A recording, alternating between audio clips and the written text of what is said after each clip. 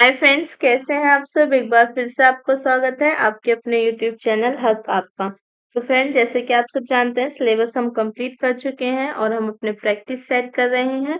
तो शुरू करते हैं अपना आज का प्रैक्टिस सेट। अगर आप फर्स्ट टाइम चैनल पर आए हैं तो चैनल को सब्सक्राइब जरूर करना। आई होप आपने चैनल सब्सक्राइब कर लिया होगा। तो शुरू करते हैं अपना आज का प्रैक्टिस सेट। तो फर्स्ट क्वेश्चन क्या है हमारा, सूची 1 को सूची 2 से सुमेलित कीजिए और नीचे दिए गए कोड से सही उत्तर चुनिए। सूची 1 में आपके अध्यक्ष दिए गए हैं। दूसरी सूची में दे रखा है आपका भारतीय राष्ट्रीय कांग्रेस की सभाओं के स्थान। तो आपको बताने की आपके किस सभा के अध्यक्ष कौन थे। अबुल कलाम आजाद। अबुल कलाम आजाद कौन सी सभा के अध्यक्ष थे। तो ये आपके रामगढ़ में जो सभा हुई थी 1940 में, उसके अध्यक्ष थे। सरोजनी नायडू कानपुर 1925 में अध्यक्ष रही थी। मोतीलाल नेहरू अमृतसर 1919 में अध्यक्ष रहे थे। और डॉक्टर राजेंद्र प्रसाद आपके बम्बई 1934 में रहे थे। तो यहाँ पर आपका करेक्ट आंसर क्या हो जाएगा, ऑप्शन डी करेक्ट आंसर हो जाएगा। अबुल कलाम आजाद।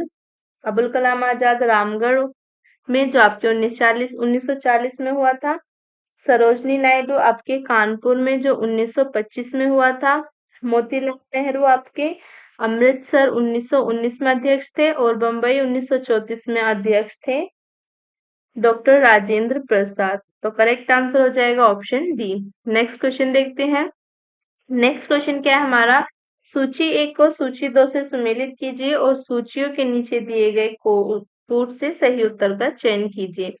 सूची 1 में आपकी कुछ विषय दे रखे हैं, दूसरी सूची में अनुच्छेद दे रखे हैं। तो आपको बताना है कि किस अनुच्छेद में आपकी किस विषय का प्रावधान है। तो आपका उपाधियों का निषेध जो है, उपाधियों का निषेध कौन से अनुच्छेद के अंदर आता है, ये आपका अनुच्छेद 18 के अंदर आता है। धार्मिक मामलों के प्रबंध की स्वतंत्रता, ये आता है आपके अनुच्छेद 26 में।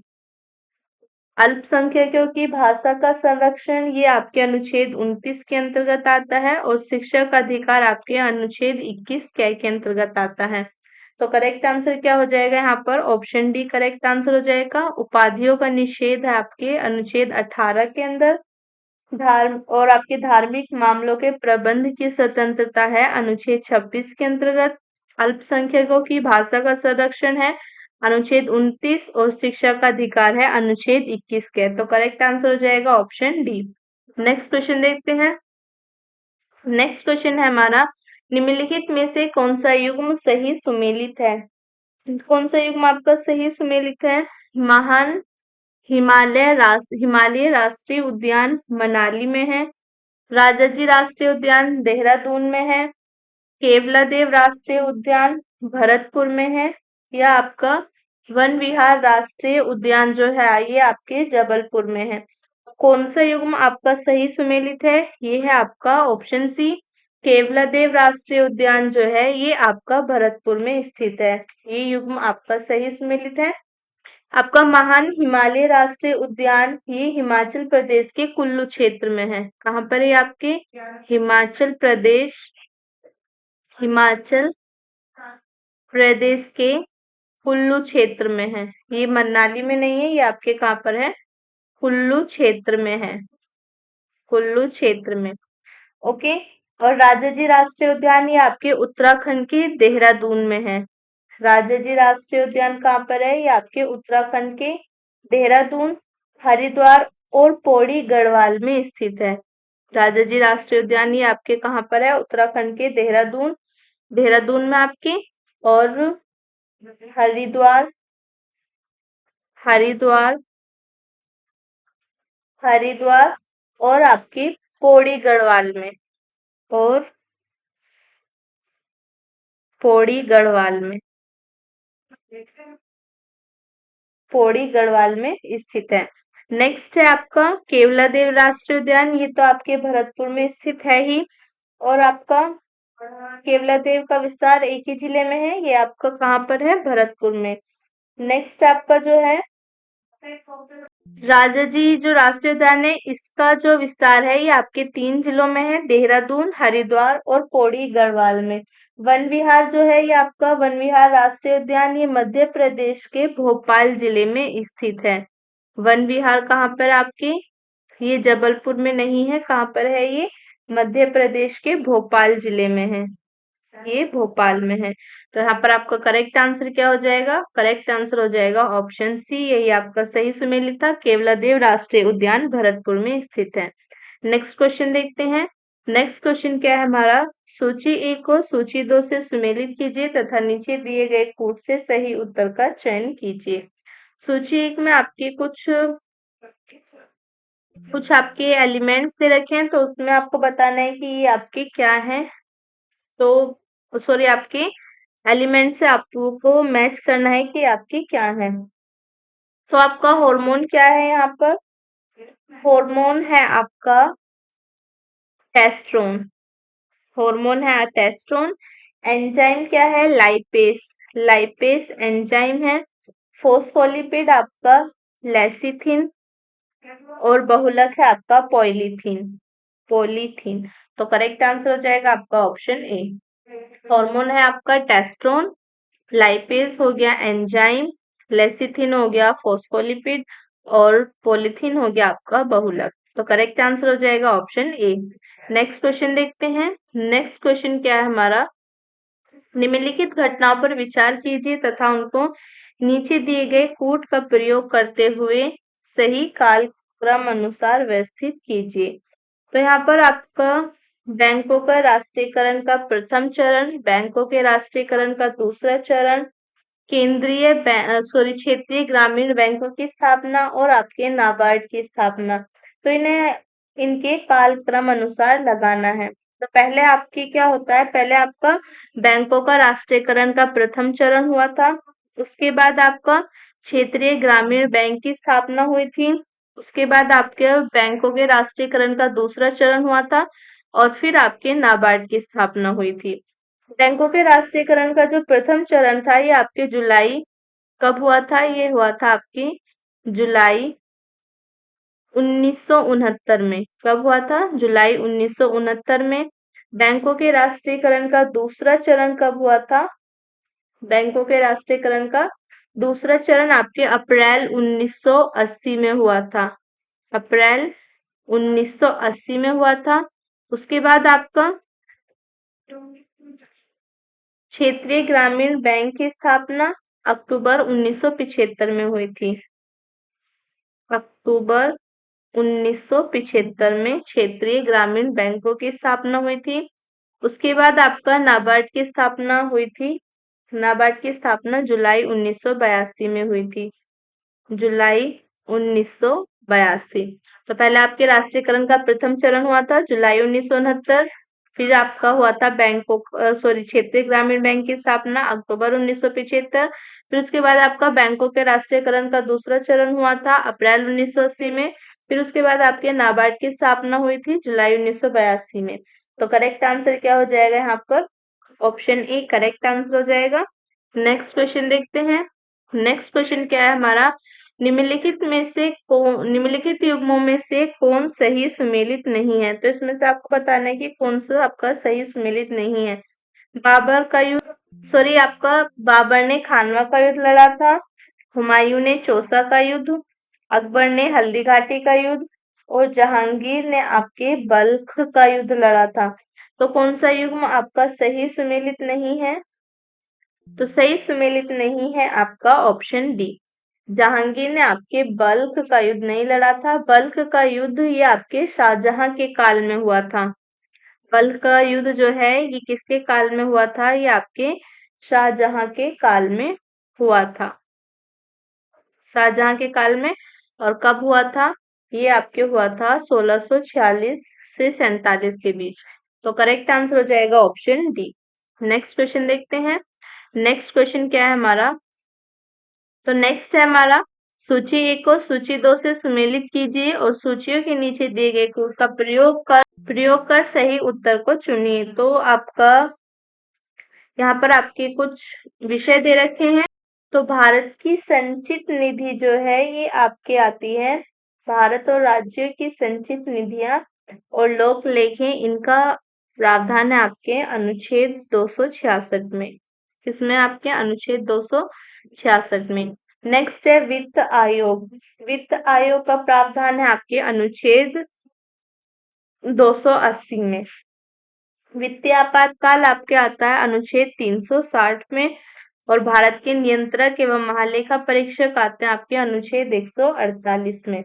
तो यहाँ पर आपका करेक्ट आंसर हो जाएगा ऑप्शन सी, भारत की संचित निधियां, भारत और राज्य की संचित निधियां और लोक लेखें, इनका आपका जो वर्णन है या इनका जो, ये आपके कौन से अनुच्छेद में आते हैं? 266 में आते हैं। वित्त आयोग आपका आता है 280 में, और आपका वित्त आपातकाल आएगा 360 में, और आपके भारत के नियंत्रक एवं महालेखा परीक्षक के अनुच्छेद 148 में आते हैं। तो करेक्ट आंसर हो जाएगा ऑप्शन सी। नेक्स्ट क्वेश्चन देखते हैं। नेक्स्ट क्वेश्चन क्या है हमारा? निम्नलिखित में से कहां पर सदाबहार वन पाए जाते हैं? तो कहां पर आपके सदाबहार वन पाए जाते हैं? मालवा के पठार में, पूर्वी घाट, पश्चिमी घाट, या आपके छोटा नागपुर पठार। तो कहाँ पर आपके पाए जाते हैं सदाबहार वन? ये आपके पश्चिमी घाट पर पाए जाते हैं। उष्ण कटिबंधीय सदाबहार वनों का विस्तार पश्चिमी घाट, उत्तर पूर्व भारत और अंडमान एवं निकोबार द्वीप समूह के 200 सेंटीमीटर से अधिक औसत वार्षिक वर्षा वाले क्षेत्रों में पाया जाता है। तो ये आपके इनका विस्तार पश्चिमी घाट और उत्तर पूर्व भारत और अंडमान निकोबार अंडमान निकोबार अंडमान निकोबार द्वीप समूह अंडमान एवं निकोबार द्वीप समूह के 200 सेंटीमीटर से अधिक 200 सेंटीमीटर से अधिक औसत 200 सेंटीमीटर से अधिक औसत वार्षिक वर्षा वाले क्षेत्रों में पाया जाता है। वार्षिक वर्षा वाले क्षेत्रों में ये आपके पाए जाते हैं। तो करेक्ट आंसर हो जाएगा ऑप्शन सी, और ये आपके पश्चिमी घाट उत्तर पूर्व भारत और अंडमान एवं निकोबार द्वीप समूह के 200 सेंटीमीटर से अधिक औसत वार्षिक वाले क्षेत्रों में पाए जाते हैं। तो ऑप्शन सी करेक्ट आंसर हो जाएगा। नेक्स्ट क्वेश्चन देखते हैं। नेक्स्ट क्वेश्चन क्या है हमारा? निम्नलिखित कथनों पर विचार कीजिए। तो कथन है आपका, हल्के और रंगीन कपड़ों को गर्मी में वरीयता दी जाती है। हल्के और रंगीन कपड़े गर्मी में पहने जाते हैं, ज्यादा प्रेफरेंस आपके हल्के और रंगीन कपड़ों को दिया जाता है। कारण है आपका, हल्के रंग ऊष्मा को कम अवशोषित करते हैं। ए और आर दोनों सही हैं। आर ए का सही स्पष्टीकरण है। ए और आर दोनों सही है, आर ए का सही स्पष्टीकरण नहीं है। ए सही है किंतु आर गलत है, ए गलत है किंतु आर सही है। तो करेक्ट ऑप्शन क्या होगा यहाँ पर? आपका ऑप्शन ए करेक्ट आंसर होगा। आपका कथन भी सही है, हल्के रंगीन कपड़ों को गर्मी में वरीयता दी जाती है। कारण भी आपका सही है, हल्के रंग ऊष्मा को कम अवशोषित करते हैं। और कारण जो है ये आपका सही एक्सप्लेनेशन करता है, सही स्पष्टीकरण है कथन की। सफेद तथा हल्के हल्के रंग के कपड़े ऊष्मा को कम अवशोषित करते हैं, ये आपके पुअर अब्जॉर्बर होते हैं, इसलिए इन कपड़ों को गर्मी में वरीयता दी जाती है। तो करेक्ट आंसर हो जाएगा आपका ऑप्शन ए। ए और आर दोनों सही हैं, आर ए का सही स्पष्टीकरण है। नेक्स्ट क्वेश्चन देखते हैं। नेक्स्ट क्वेश्चन क्या है हमारा? राष्ट्रीय हॉर्टिकल्चर मिशन किस पंचवर्षीय योजना में आरंभ किया गया था? तो राष्ट्रीय हॉर्टिकल्चर जो मिशन है ये आपका कौन सी पंचवर्षीय योजना में आरंभ किया गया था? 11वीं पंचवर्षीय योजना में, 9वीं पंचवर्षीय योजना में, या आपके उपयुक्त में से कोई नहीं? तो राष्ट्रीय हॉर्टिकल्चर मिशन जो है ये आपकी 10वीं पंचवर्षीय योजना में आरंभ किया गया था। राष्ट्रीय हॉर्टिकल्चर मिशन एक केंद्र प्रायोजित योजना है। इसे वर्ष सन 2005-6 यानी कि आपके 5 मई सन 2005 से 10वीं पंचवर्षीय योजना के दौरान आपके प्रारंभ किया था। अच्छा, इस योजना का उद्देश्य क्या था? इस योजना का उद्देश्य भारत में बागवानी क्षेत्र का समग्र विकास तथा उत्पादन में वृद्धि करना था। तो करेक्ट आंसर हो जाएगा आपका ऑप्शन बी, राष्ट्रीय हॉर्टिकल्चर मिशन जो है, राष्ट्रीय हॉर्टिकल्चर मिशन किस पंचवर्षीय योजना में आरंभ किया गया था? 10वीं पंचवर्षीय योजना में, जो आपके सन 2005 से 6 के बीच, यानी कि आपका 5वीं सन 2005 से। इसको लिखे आप 5वीं सन 2005 से। ओके, तो करेक्ट आंसर हो जाएगा आपका ऑप्शन बी, 10वीं पंचवर्षीय योजना में। नेक्स्ट क्वेश्चन देखते हैं। नेक्स्ट क्वेश्चन क्या है हमारा? निम्नलिखित जोड़ों में से किसका सुमेल है? तो आपके निम्नलिखित में से कौन सही सुमेलित है? कौन सा आपका सही सुमेल है? एलोरा की गुफाएं आपके, इनका निर्माण शकों ने करवाया था, मीनाक्षी मंदिर का निर्माण पल्लवों ने करवाया था, या आपके खजुराहो मंदिर का निर्माण चंदेल ने करवाया था, चंदेल शासक ने, या आपके महाबलीपुरम का जो निर्माण है वो राष्ट्रकूट ने करवाया था। तो कौन सा यहाँ पर आपका सही सुमेलित है? तो आपका सही सुमेलित है खजुराहो का मंदिर, चंदेल ने, खजुराहो का मंदिर जो है इसका निर्माण चंदेल ने करवाया था। एलोरा जो है आपका, एलोरा आधुनिक महाराष्ट्र के औरंगाबाद जिले में स्थित है। यह शैलकृत गुफा मंदिर के लिए प्रसिद्ध है। ये गुफाएं विभिन्न कालों में बनी है, किंतु शकों से इनका कोई संबंध नहीं है। ओके, ये कहाँ पर स्थित है? ये आपके महाराष्ट्र में स्थित है, महाराष्ट्र के औरंगाबाद, औरंगाबाद। ओके, तो शकों से इनका कोई संबंध नहीं है, एलोरा की गुफाओं का। बाकी आपका मीनाक्षी मंदिर जो है, मीनाक्षी मंदिर का निर्माण पांड्यों तथा महाबलीपुरम के मंदिर पल्लव शासकों द्वारा निर्मित किए गए हैं। किसके द्वारा? ये आपके पल्लव तथा पांड्यों द्वारा, पल्लव तथा पांड्यों द्वारा इनका निर्माण किया गया है। खजुराहो मंदिर चंदेल शासकों ने इसका निर्माण करवाया। तो बाकी आपका करेक्ट आंसर क्या हो जाएगा? ऑप्शन सी करेक्ट आंसर हो जाएगा। महाबलीपुरम का जो निर्माण है ये आपका महाबलीपुरम मंदिर का निर्माण किसने करवाया था? महाबलीपुरम के मंदिर का निर्माण करवाया था आपके पल्लवों ने, पल्लवों ने। और आपके मीनाक्षी मंदिर का निर्माण करवाया था पांड्यों ने। तो करेक्ट आंसर क्या हो जाएगा? आपका ऑप्शन सी करेक्ट आंसर हो जाएगा। खजुराहो मंदिर का निर्माण चंदेल शासकों ने करवाया, ये आपका सही सुमेलित है। एलोरा की गुफा आपके महाराष्ट्र के औरंगाबाद में है और इनका निर्माण कई वंश के शासकों ने करवाया था, तो शक से इनका कोई संबंध है नहीं। मीनाक्षी मंदिर पांड्यों ने बनवाया, खजुराहो मंदिर चंदेल शासकों ने, महाबलीपुरम का मंदिर पल्लवों ने। नेक्स्ट क्वेश्चन देखते हैं। नेक्स्ट क्वेश्चन क्या है हमारा? निम्न संविधान में से किस एक के सॉरी निम्न संविधान संशोधनों में से किस एक के द्वारा पहली बार संविधान में दल बदल विरोधी प्रावधान किया गया था? तो कौन से संविधान के अनुच्छेद में आपके दल बदल विरोधी प्रावधान किया गया? सब आपके 54वां संशोधन है, 53वां संशोधन, 52वां या आपके 51वां? तो ये है आपका 52वां संविधान संशोधन, 52वां संशोधन। संविधान के 52वें संशोधन 1985 के माध्यम से संविधान में 10वीं अनुसूची जोड़कर इसके तहत किसी दल के निर्वाचित सदस्यों के दल बदल पर रोक लगाई। इसमें 91वें संविधान संशोधन अधिनियम सन 2003 द्वारा अपेक्षित संशोधन भी किए गए। 52वां संशोधन आपके 1985 जो हुआ था, इसमें आपके 10वीं अनुसूची जोड़ी गई थी, 10वीं अनुसूची जोड़ी गई थी। और बाद में इसमें आपका 51वां जो संविधान संशोधन है, संविधान संशोधन आपके सन 2003, सन 2003 द्वारा भी संशोधन किए गए, संशोधन किए गए, किए गए, इसके द्वारा भी इसमें संशोधन किए गए। तो करेक्ट आंसर हो जाएगा ऑप्शन सी, आपका 52वां संविधान संशोधन के द्वारा पहली बार संविधान में दल बदल विरोधी प्रावधान किया गया। इसमें 52वां संविधान संशोधन जो था आपका 1985, इसमें संविधान में आपके 10वीं अनुसूची जोड़ी गई। नेक्स्ट क्वेश्चन देखते हैं। नेक्स्ट क्वेश्चन क्या है हमारा? सूची 1 और सूची 2 से सुमेलित कीजिए तथा नीचे सही उत्तर का चयन सूचियों के नीचे दिए गए कूट की सहायता से कीजिए।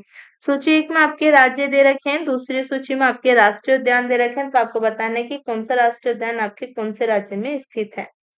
तो बांधवगढ़ जो है, बांधवगढ़ बांधवगढ़ राज्य में आपका कौन सा राष्ट्रीय उद्यान है? बांधवगढ़, सॉरी यहाँ पर आपका हो गई मिस्टेक, ये है आपके राष्ट्रीय उद्यान, राष्ट्रीय उद्यान, और ये है आपके राज्य। तो बांधवगढ़ राष्ट्रीय उद्यान जो है ये आपके कौन से राज्य में स्थित है? बांधवगढ़ है आपके मध्य प्रदेश में।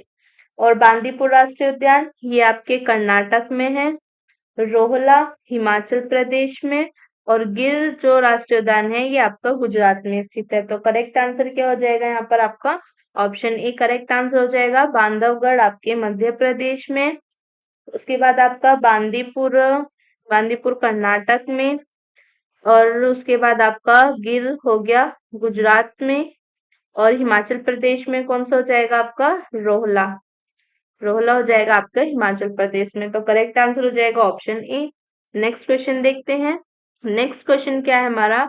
समुद्र के जल में तैरना आसान होता है क्योंकि? समुद्र के जल में तैरना आसान क्यों होता है? समुद्री जल नमकीन होता है, समुद्री जल गहरा होता है, या समुद्री जल भारी होता है, या आपके समुद्री जल हल्का होता है? तो समुद्री जल में तैरना आसान इसलिए होता है क्योंकि समुद्री जल नमकीन होता है।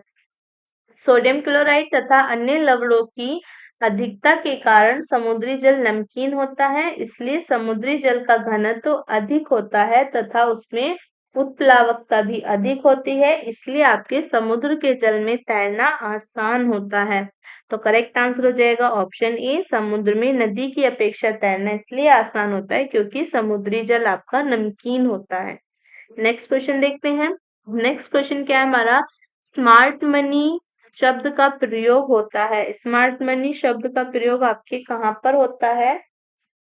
कहाँ पर होता है स्मार्ट मनी का प्रयोग? इंटरनेट बैंकिंग में, क्रेडिट कार्ड में, बैंक में बचत खाता में, या आपके बैंक में चालू खाते में। तो जो आपका स्मार्ट मनी शब्द का प्रयोग है ये आपके होता है क्रेडिट कार्ड में। स्मार्ट मनी शब्द का प्रयोग क्रेडिट कार्ड के लिए किया जाता है। रिजर्व बैंक इस हेतु सूचना तकनीक को बढ़ावा देता है जिससे क्रेडिट कार्ड, स्मार्ट कार्ड आदि का उपयोग करते हुए बैंक अपनी पहुंच अधिक से अधिक ग्राहकों तक बनाए। तो करेक्ट आंसर हो जाएगा ऑप्शन बी, स्मार्ट मनी शब्द का प्रयोग आपके क्रेडिट कार्ड में होता है। नेक्स्ट क्वेश्चन देखते हैं। नेक्स्ट क्वेश्चन क्या है हमारा? पानीपत का प्रथम युद्ध किसके मध्य हुआ? बाबर और राणा सांगा, हेमू और मुगल, हुमायूं और शेर खां, या आपके बाबर और इब्राहिम लोदी? तो किसके बीच हुआ था आपका पानीपत का प्रथम युद्ध? किस किस के बीच हुआ था? पानीपत का प्रथम युद्ध हुआ था आपके बाबर और इब्राहिम लोदी के बीच। पानीपत का प्रथम युद्ध आपके 21 अप्रैल 1526 को बाबर तथा इब्राहिम लोदी के मध्य हुआ। बाबर के पास विशिष्ट सुविधाएं थी, उसके तोपखाने ने इस युद्ध में आश्चर्यजनक कार्य किया। इब्राहिम लोदी की सेना संख्या में अधिक होते हुए भी पराजित हुई और इब्राहिम लोदी रण क्षेत्र में मारा गया और दिल्ली और आगरा पर बाबर का अधिकार हो गया। और 27 अप्रैल 1526 को बाबर ने अपने आप को बादशाह घोषित कर भारत में मुगल साम्राज्य की नींव डाली। 27 अप्रैल 1526 को बाबर ने अपने आप को बादशाह घोषित किया, बादशाह घोषित करके भारत में मुगल साम्राज्य की नींव डाली। तो करेक्ट आंसर हो जाएगा आपका ऑप्शन डी, पानीपत का प्रथम युद्ध बाबर और इब्राहिम लोदी के बीच हुआ था 21 अप्रैल 1526 को। नेक्स्ट क्वेश्चन देखते हैं। नेक्स्ट क्वेश्चन क्या है हमारा? भारत के राष्ट्रपति की शक्तियों के बारे में निम्नलिखित में से आपका कौन सही सुमेलित नहीं है? तो भारत के राष्ट्रपति की शक्तियों के बारे में आपका कौन सा कथन सही नहीं है? राष्ट्रपति को सर्वोच्च न्यायालय के परामर्श को स्वीकार करना चाहिए, आपातकालीन शक्तियां, राज्य में राष्ट्रपति शासन को आगे बढ़ाने की शक्ति, राष्ट्रपति सर्वोच्च न्यायालय के परामर्श को स्वीकार अथवा अस्वीकार कर सकता है। तो कौन सा सही नहीं है आपका? ऑप्शन ए सही नहीं है, राष्ट्रपति को सर्वोच्च न्यायालय के परामर्श को स्वीकार करना चाहिए। आपका संविधान के अनुच्छेद 143 के अंतर्गत प्रावधान है, राष्ट्रपति को सर्वोच्च न्यायालय से किसी विषय पर परामर्श करने की शक्ति प्राप्त है, परंतु उस परामर्श को स्वीकार करने की बाध्यता नहीं।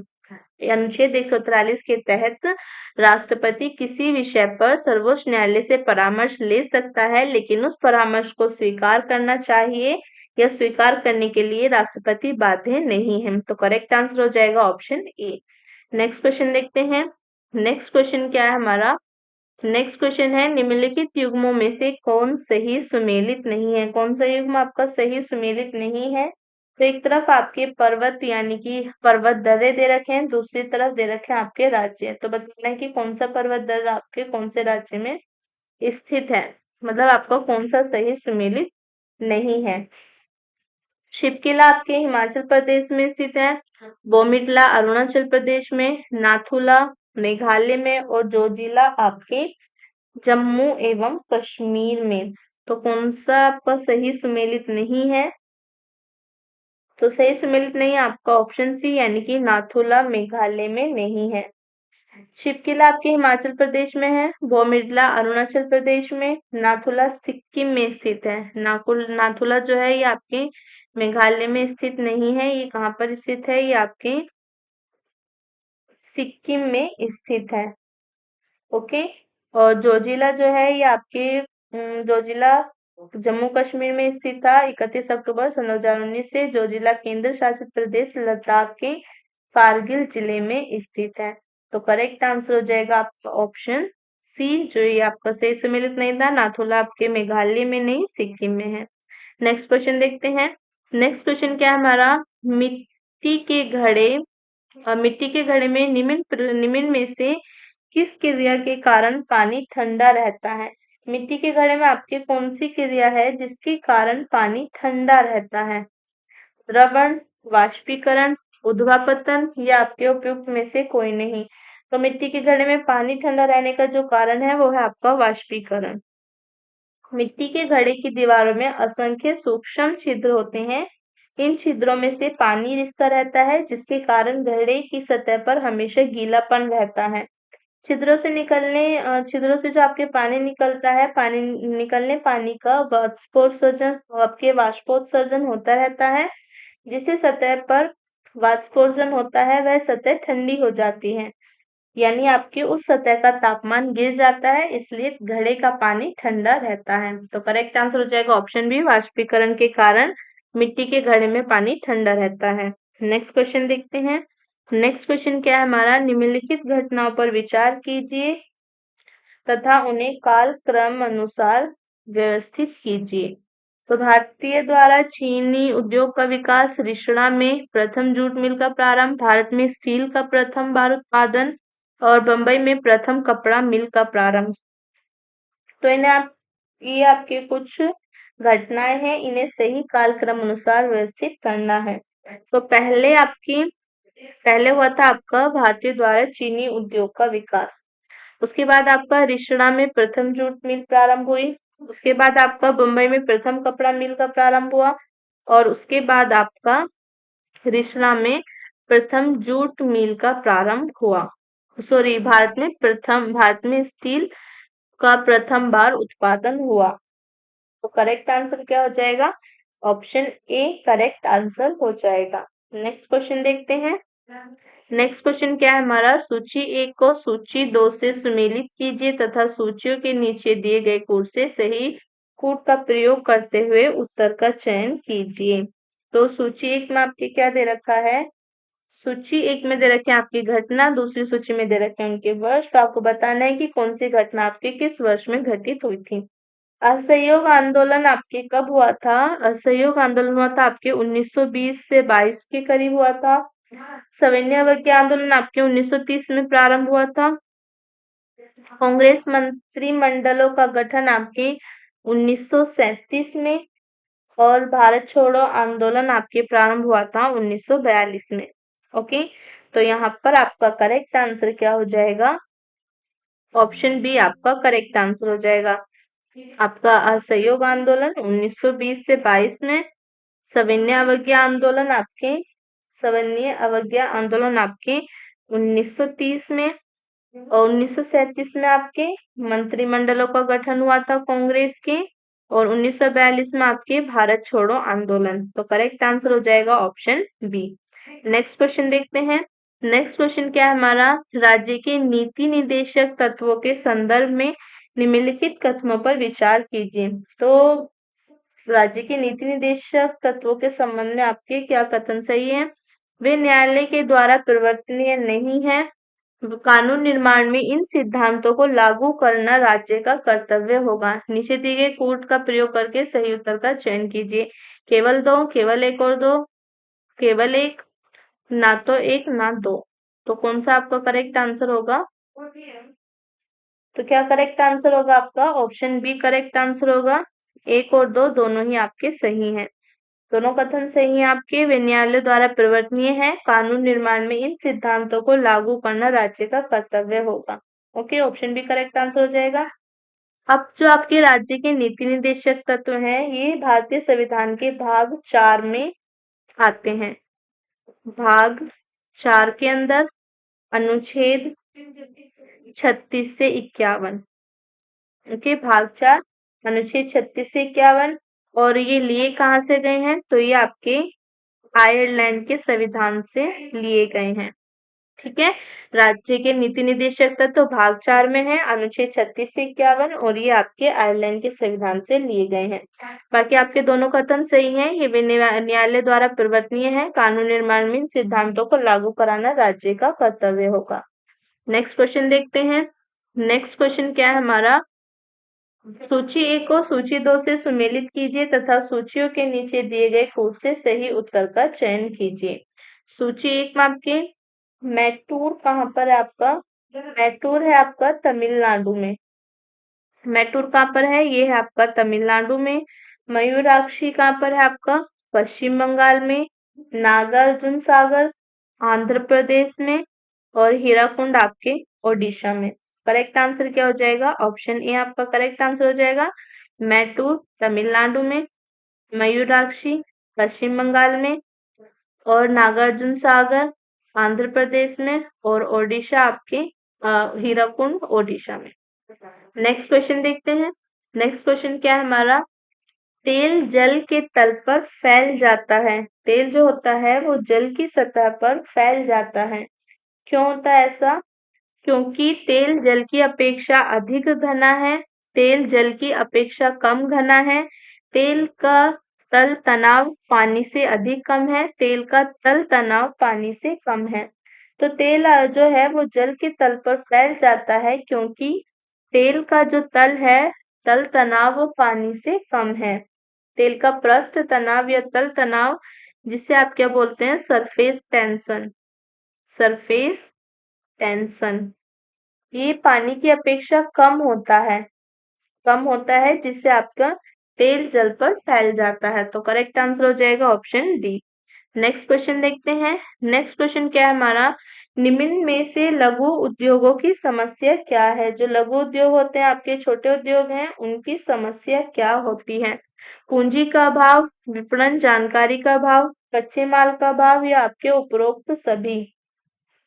तो जो आपके लघु उद्योग होते हैं उनकी समस्या होती है, तो आपके ये सभी समस्याएं होती हैं लघु उद्योग की। वर्तमान में भारतीय लघु उद्योग की मुख्य समस्याएं हैं, पूंजी का अभाव, विपणन की समस्या, कच्चे माल का अभाव, आधारभूत संरचना की बाधा, सीमा शुल्क नीति, विलंबित भुगतान, रुग्णता की समस्या, और निम्न स्तरीय आंकड़ों की उपलब्धता आदि। ये सब आपकी लघु उद्योगों की समस्याएं हैं। तो करेक्ट आंसर हो जाएगा ऑप्शन डी। नेक्स्ट क्वेश्चन देखते हैं। नेक्स्ट क्वेश्चन क्या है हमारा, बौद्ध धर्म में त्रिरत्न से क्या आशय है। उस आपका क्या अभिप्राय है, त्रिरत्न से क्या अभिप्राय है। त्रिपिटक है आपका, या बुद्ध धम्म संघ, शील समाधि संघ, सही आपके सत्य, अहिंसा और करुणा। तो बौद्ध धर्म में आपके त्रिरत्न से क्या अभिप्राय है? ये है आपका बुद्ध, धम्म और संघ। बुद्ध, धम्म एवं संघ बौद्ध धर्म के त्रिरत्न है। बुद्ध की मृत्यु के बाद उनकी शिक्षाओं को संकलित कर 3 भागों में बांटा गया। इन्हीं त्रिपिटक को कहा जाता है आपके विनय पिटक, सुत्त पिटक, अभिधम्म पिटक। तो करेक्ट आंसर हो जाएगा आपका ऑप्शन बी। नेक्स्ट क्वेश्चन देखते हैं। नेक्स्ट क्वेश्चन क्या है हमारा? मौलिक अधिकार। मौलिक अधिकार के बारे में आपका कौन सा कथन सही है? कभी भी निलंबित नहीं किए जा सकते, प्रधानमंत्री के निर्देशों से निलंबित हो सकते हैं, राष्ट्रपति की इच्छा पर निलंबित हो सकते हैं, या आपके आपातकालीन स्थिति में निलंबित किए जा सकते हैं। तो जो मौलिक अधिकार होते हैं वो आपातकालीन स्थिति में निलंबित किए जा सकते हैं। मौलिक अधिकार नैसर्गिक एवं अप्रतिदेय अधिकार हैं जो राज्य कृत्य के विरुद्ध एक गारंटी के रूप में है। इन्हें केवल आपातकालीन स्थिति में ही निलंबित किया जा सकता है। और अनुच्छेद 358 358 और आपका अनुच्छेद 359 में आपात की उद्घोषणा के प्रवर्तन की स्थिति में मूल अधिकारों के निलंबन संबंधी प्रावधानों का वर्णन किया गया है। और आपातकालीन स्थिति में आपके निलंबित किए जा सकते हैं मूल अधिकार। इनका जो वर्णन है आपके अनुच्छेद 358 और 59 में किया गया है। तो करेक्ट आंसर हो जाएगा ऑप्शन डी। नेक्स्ट क्वेश्चन देखते हैं। नेक्स्ट क्वेश्चन क्या है हमारा? सूची 1 को सूची 2 से सुमेलित कीजिए तथा सूचियों के नीचे दिए गए कोड का प्रयोग करके सही उत्तर का चयन कीजिए। तो आपको बताना है ऑस्ट्रेलिया में आपके चक्रवात को क्या कहते हैं? ऑस्ट्रेलिया में कहते हैं आपके विली विली। ओके। चीन में टाइफून, भारत में क्या कहते हैं? संयुक्त राज्य अमेरिका में हरिकेन, और भारत में कहते हैं चक्रवात। ऑस्ट्रेलिया में आपके विली विली, चीन में आपके टाइफून, और भारत में आपके चक्रवात, और संयुक्त राज्य अमेरिका में आपके हरिकेन। तो करेक्ट आंसर क्या हो जाएगा? ऑप्शन बी आपका करेक्ट आंसर हो जाएगा। नेक्स्ट क्वेश्चन देखते हैं। नेक्स्ट क्वेश्चन क्या है हमारा? सोडियम वाष्प लैंप प्राय सड़क प्रकाश के लिए प्रयुक्त होते हैं। जो आपके सोडियम प्रकाश लैंप होते हैं ये आपके सड़कों पर प्रकाश के लिए प्रयुक्त होते हैं क्योंकि ये सस्ते होते हैं। इनका प्रकाश एक वर्णी और पानी की बूंदों से गुजरने पर विभक्त नहीं होता। ये आंखों के लिए शीतल है। ये चमकदार रोशनी देते हैं। तो सोडियम के लैंप जो है वो प्राय सड़कों पर प्रकाश के लिए इसलिए प्रयुक्त होते हैं क्योंकि इनका प्रकाश एकवर्णी होता है और पानी की बूंदों से गुजरने पर विभक्त नहीं होता। सोडियम वाष्प लैंप प्राय सड़क प्रकाश के लिए प्रयुक्त होते हैं क्योंकि इनका प्रकाश एकवर्णी है और पानी की बूंदों से गुजरने पर विभक्त नहीं होता। तो करेक्ट आंसर हो जाएगा ऑप्शन बी। नेक्स्ट क्वेश्चन देखते हैं। नेक्स्ट क्वेश्चन क्या है हमारा? भारत जैसे विकासशील देशों के लिए लघु स्तरीय व कुटीर उद्योगों को मुख्यतः इसलिए प्रोत्साहित करना चाहिए क्योंकि संपत्ति का समान वितरण करते हैं, अधिक रोजगार के अवसर उत्पन्न करते हैं, कम लागत पर उत्पादन करते हैं, या आपकी कम पूंजी विनियोजित की अपेक्षा करते हैं। तो करेक्ट आंसर क्या हो जाएगा आपका? ऑप्शन बी, यानी कि अधिकार रोजगार के अवसर उत्पन्न करते हैं। लघु स्तरीय एवं कुटीर उद्योगों का महत्व इस बात में है कि ये प्रति इकाई पूंजी निवेश पर अधिक रोजगार उत्पन्न करने वाले क्षेत्र हैं क्योंकि लघु स्तरीय एवं कुटीर उद्योग श्रम गहन होते हैं। जैसे भारत जैसे विकासशील देश जहां श्रम अधिशेष की स्थिति है, ये महत्वपूर्ण उद्योग है। तो करेक्ट आंसर हो जाएगा आपका ऑप्शन बी, ये अधिक रोजगार के अवसर उत्पन्न करते हैं। तो यहाँ पर हमारी आज की क्लास खत्म होती है। आई होप आपको क्लास अच्छी लगी होगी। तो लाइक करना, ज्यादा से ज्यादा शेयर करना, कमेंट कर जरूर बताना। तो मिलते हैं नेक्स्ट क्लास में नए प्रैक्टिस सेट के साथ। तब तक के लिए बाय बाय।